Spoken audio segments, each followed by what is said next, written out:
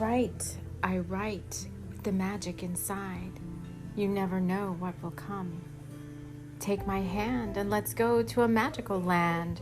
Do you believe where magic is from? It comes from within. You just have to start to live and believe using your heart. Kindness and joy.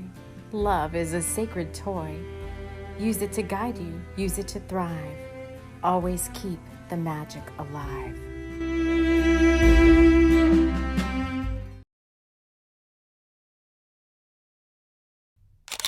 Hello, friends. Hello. Just getting started here. Gonna set our timer for 30 minutes. And we're gonna settle in to Mabon and murder. All right, so if you're new to this, what we're going to do is a book nook live. I'm not gonna make edits live, but we're gonna do a book nook with Mabon and murder. And we are going to do some live healing. So I tried to do this as a live and I couldn't. So I'm not gonna fuss with that. I'm just going to record this as a video. So I want to welcome you all in, welcome you all in, welcome you all in. So wrap us all in love light and light love for this healing. So this is the first time, no, I've done one of these before, but I'm doing it on this channel, on my Tami Lynn Chambers, on my author channel. And we're going to be working on my upcoming book, Mabon and Murder. This is a Bringers of the Light series book, and we're going to start reading it together. Number one, just because it's fun, and I thought if you needed to have a little time outside of time, you could join me in this magical space. So I'm going to walk and let's see, what am I going to do? I'm going to grab a candle. And we're going to see how much we can get through here. So we're going to read it just as a fun story. So if you're not a Bringers of the Light fan, I'm an author, I'm an artist, so I write what I call channeled fiction and nonfiction. I create and design oracle and tarot card decks. I have 3 YouTube channels, one for some deeper spiritual work, TLC for the soul, one called Loveland Tarot that we use for mainly twin flame, it's mainly a twin flame channel, and then this is where I do the majority of work with my books. I also have a podcast that's TLC for the soul, and there's all sorts of stuff going on. So what I thought I would do, since this is the first one of these, is I would light us a little candle, get the ASMR going on.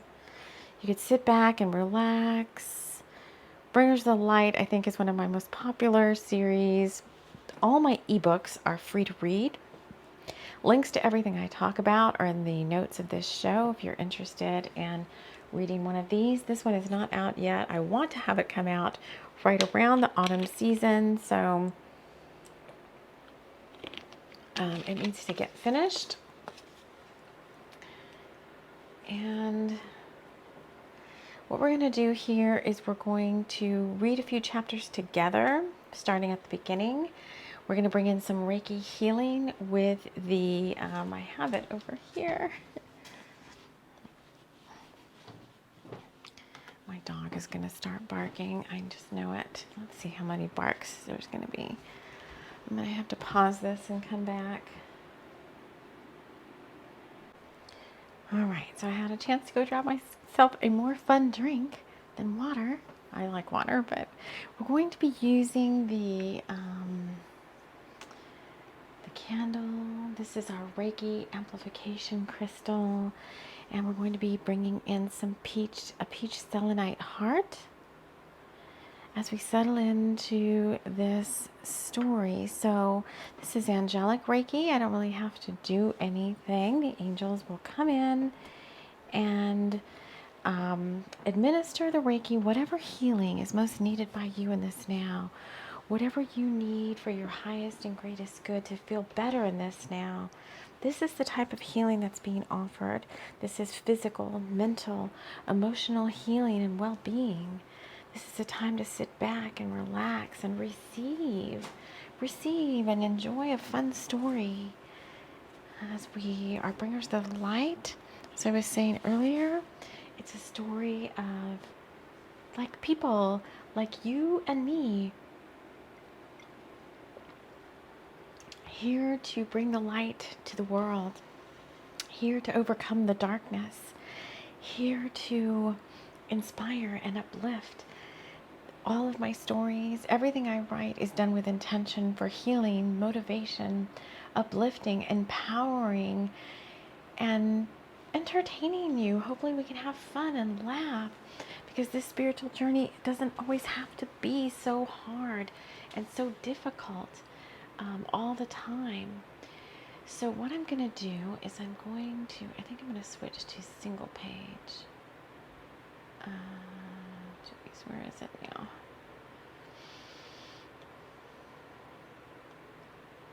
Single view. So be a little bit bigger, and we're going to start reading. We're going to have this be like a 20-minute Reiki session and reading session. Every time I come back, we'll be starting on the next chapter, so you'll be getting the book.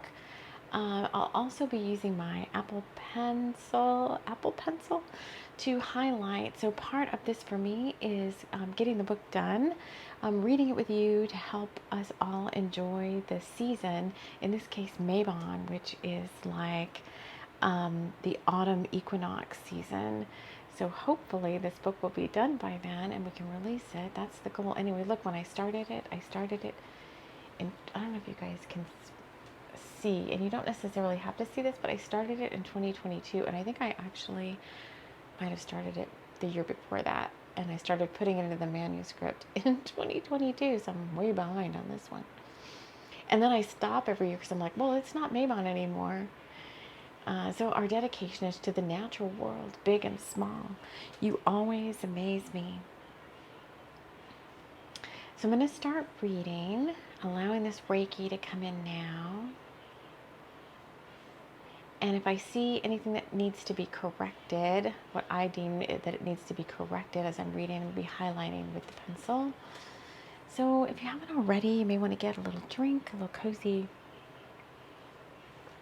blanket or sweater, because they're back.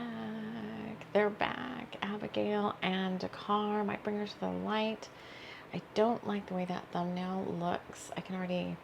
It looks great on the video, but when I look at it up close on the tablet, it looks too blurry.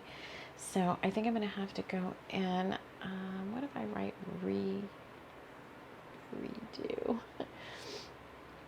on that, because the resolution is not good enough from my perspective. So maybe we'll definitely be working with some perfectionism here, but whatever you feel like you need to work on with this Reiki, it's going to come out. I think what's going to happen too is the story is going to help it come out, and then the Reiki that's coming from the angelics that are here, the angelic beings that are here supporting this healing session, are going to come in and help clear that away. So Abigail and Dakar looked up at the old lighthouse and couldn't believe what they saw. It was a little dark outside due to the autumn storm that was blowing in. They had vowed to take this little trip back to Rockaway Point for the Mabon Autumn Festival that was happening in a few days. Abigail had tried to find someone to take over Crust while she was away, but it was time for her to come home. Regardless of what was happening in Oakwood, her bakery and her coven needed her here. Dakar didn't seem to mind and had accompanied her on the long flight back to Rockaway Point, sure that his woman wouldn't want to be without him for too long. The Mabon Festival this year was to be run by Polly Willikers, and she was to have everything just so. She had told Abigail over telepathic conference that it was imperative she be there and enter her famous dead man's pudding in the contest. Dakar held Abigail's hand as she looked again at the lighthouse. Something had been calling her here ever since Brighty Isle, and she was sure that she was going to find out what that something was. Chapter 2, Equally Delicious. Abigail walked past the lighthouse, and she decided it was time she meet the owner. Decided it was time she met the owner, she meet the owner. That one I'm torn on that one. These are channeled, meaning they come in via like automatic writing. So I just create sacred space like we've done here. And I invite in my friends from Bringers of Light. I invite in my etheric creative team who's been with me for quite some time now. We go into Sacred Circle. One of my spiritual gifts is clairaudience, so I just listen to I just listen and I just type what's being said. What I hear in my brain. So why I like to edit as well as write them is right now I've got creative control. So I never change the content, but I will obviously need to make sure that grammar and spelling and all of that is correct. Abigail walked past the lighthouse, and she decided it was time she meet the owner. Someone had been living here for the past several years, and the thought of a lighthouse keeper intrigued her.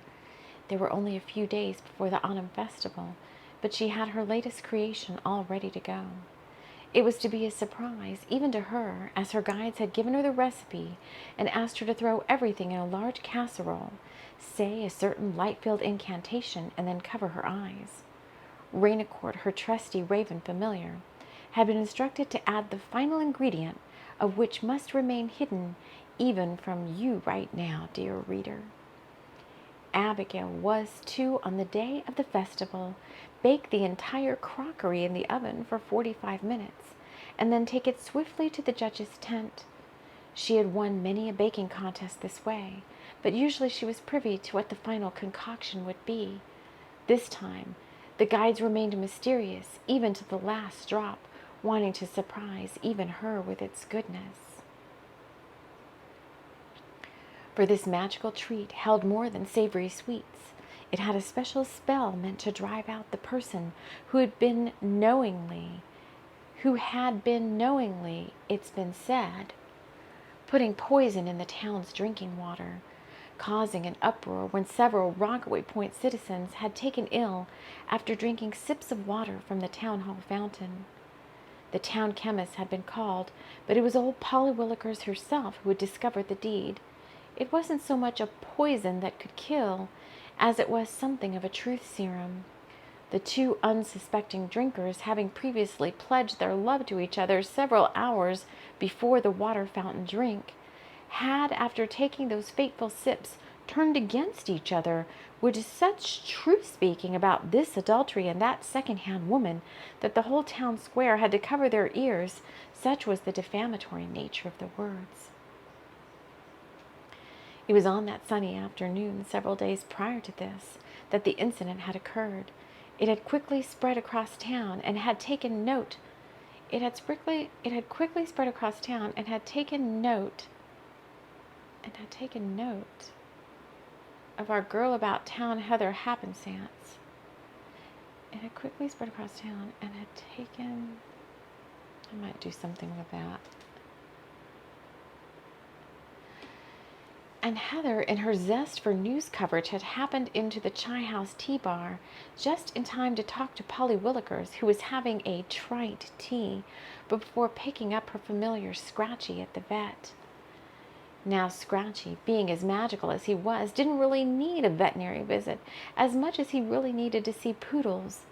Poodles was the tiny teacup poodle belonging to Millie O'Malley, the front desk clerk at Posh Pets. Oh, I can see something there.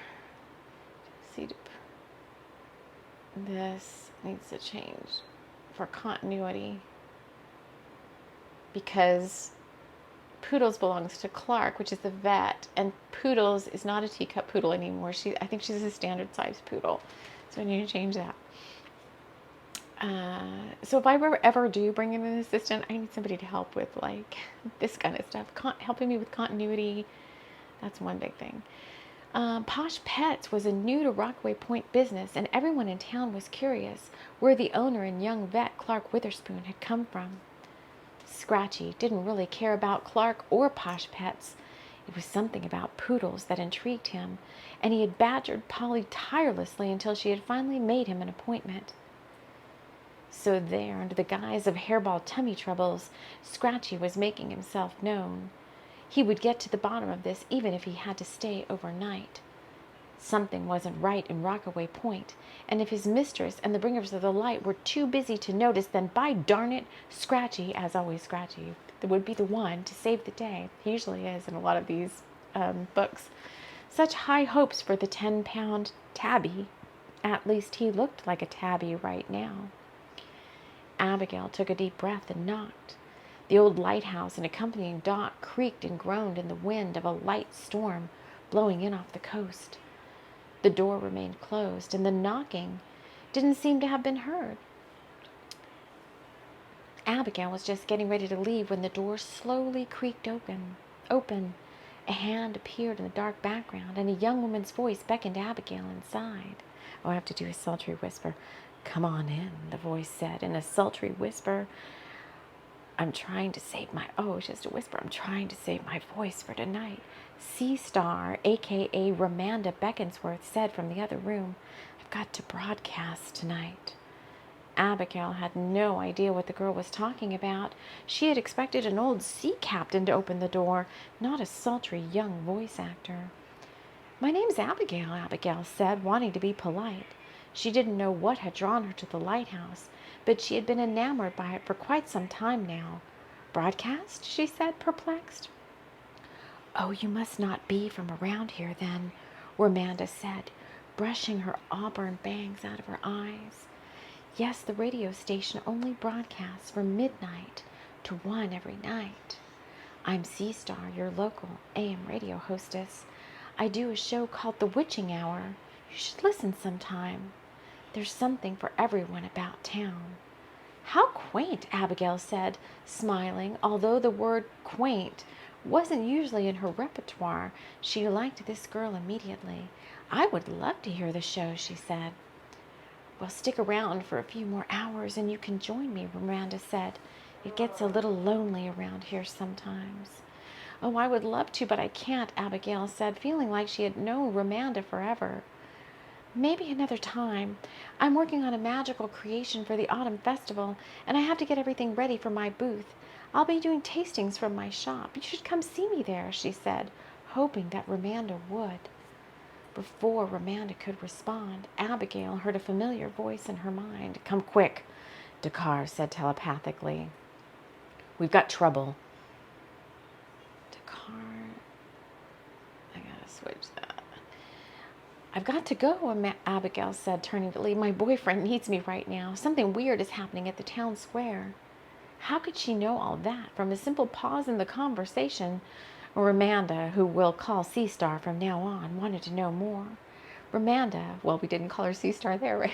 Having been an old family name, and not one wildly liked by Sea Star, had decided that this year she would legally remove herself from it. "Call me Sea Star," she said, holding out her hand to Abigail. "Maybe you'll come on the show sometime and tell me and the viewers more about your magical talents." "Oh, that would be fun," Abigail said, really meaning it. But for now, duty called, and when the bringers of the light were activated, then something really sinister must be going on. Chapter 3, Roller Coaster. When Abigail returned to the town square, Dakar was already waiting for her. She hugged him tightly and looked into his eyes, wondering what all the fuss was about. "Something isn't right around here," he said, gesturing towards the water fountain that had been causing so much commotion in the last few days. Polly said there's been 5 people taken ill to the hospital over in Lancashire just today, but it's not a physical illness. It's more of a mental anxiety, causing them to get ill from fright, he said. I don't know if he would be that emphatic. It's more of a mental anxiety causing them to get ill from fright, he said, taking her hand. And just look at the water, he said, pumping the fountain handle. The water was an eerie shade of crimson brown. The town magistrate had placed a sign on the fountain, and it was in the process of being turned off by the local authorities. Who would do such a thing, Abigail said, perplexed about anyone who wanted to hurt another person for fun. Well, we've been called into HQ, Dakar said. Highcore wants the best of us on this case, he said, taking a small sample of the water in a jar as the town magistrate and his assistant put a lock on the fountain. We better meet Highcore now, he said, gesturing towards the parking spot where Highcore's black sedan waited. But I've got the autumn festival tomorrow, Abigail said, thinking about her secret casserole that even she didn't know how it would turn out. We'll be back in time for that, Dakar said, helping her into the back of the stretch limo. Duty calls, he said. This looks weird. And I think our culprits may be making an appearance at your festival, so we need to be prepared.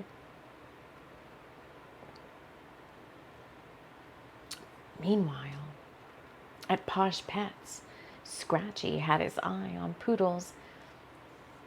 I have to look. I don't know if I want Poodles to be a teacup or a standard size poodle. The young teacup poodle flounced around the back area of the clinic and made it a point to stare right into Scratchy's cage. That's that, the tabby thought as he clicked open the cage door with his mind and slinked out of the cage.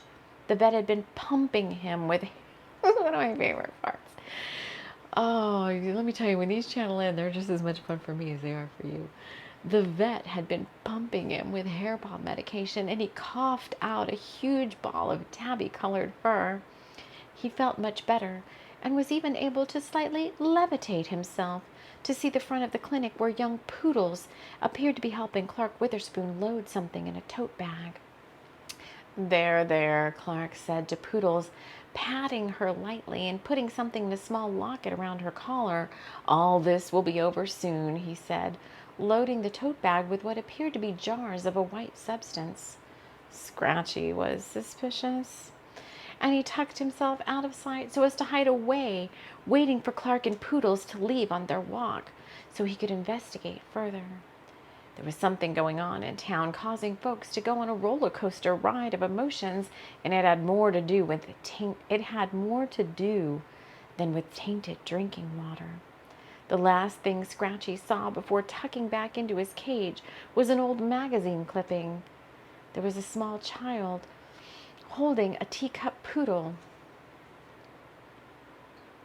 The poodle looked vaguely like Poodles, Scratchy thought. The magazine article called out to Scratchy from beyond the beyond. Young Clark Witherspoon is the first to clone his beloved pet Poodles. The hair stood up on Scratchy's neck, and he was sure he was on to something here.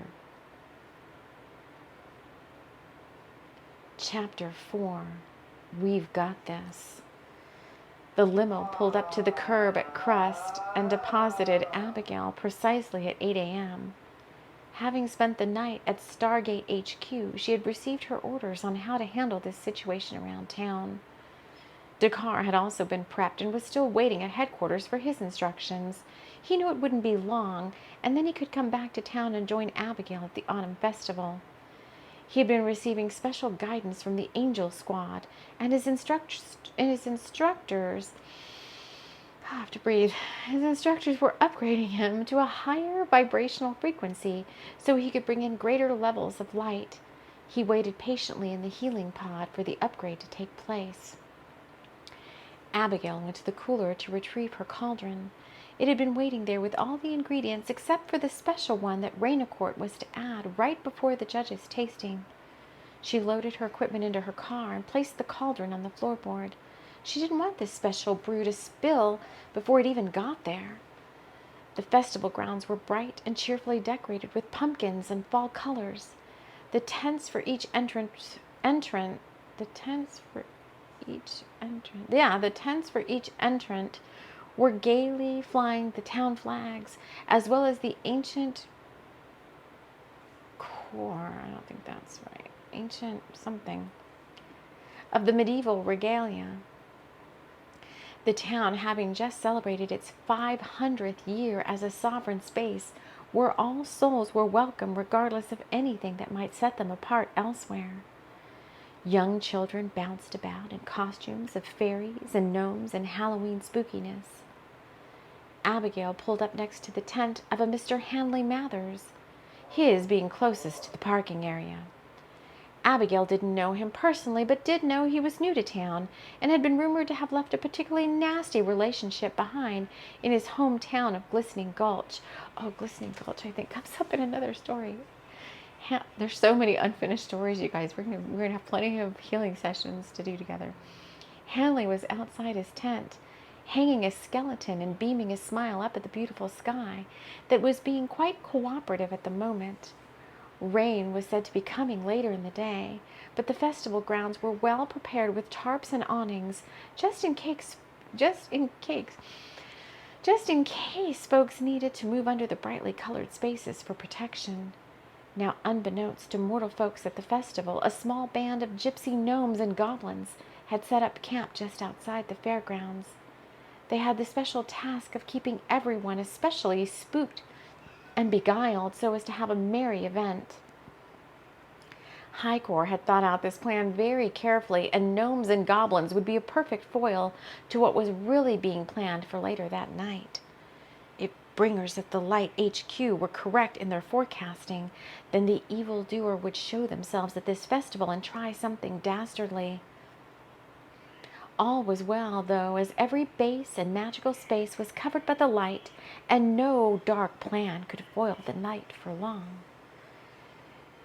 "Take care," Hanley Mathers said to Abigail, with a wink and a smile, as she rolled her cart with magical belongings and cauldron past his tent on the way to hers. Oh, thank you, I will," Abigail said, as a familiar voice tapped into her mind space. "Quit flirting," Dakar said, half joking. "We've got work to do." Would he talk like that? No. He has like a sensual voice. "Quit flirting. We've got work to do." Abigail pinged back with a "Hey, not so fast, Buster," and with a swish of her hand moved him out of her space for now. Oh. She needed all her wits about her, and his playful charm would simply have to wait for now. Let's see how much time we have left. We have 2 minutes left.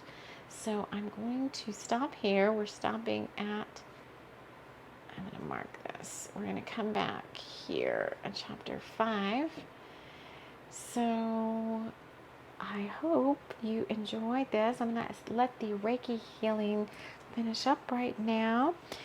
And I want to thank you all so much for joining me here, for being with me here in this now, for playing along, for having fun. I don't know what else we're doing. So I'm going to end this here. And I hope you all have a beautiful, magical, multi-dimensional, fun, blessed, healed day. Take care.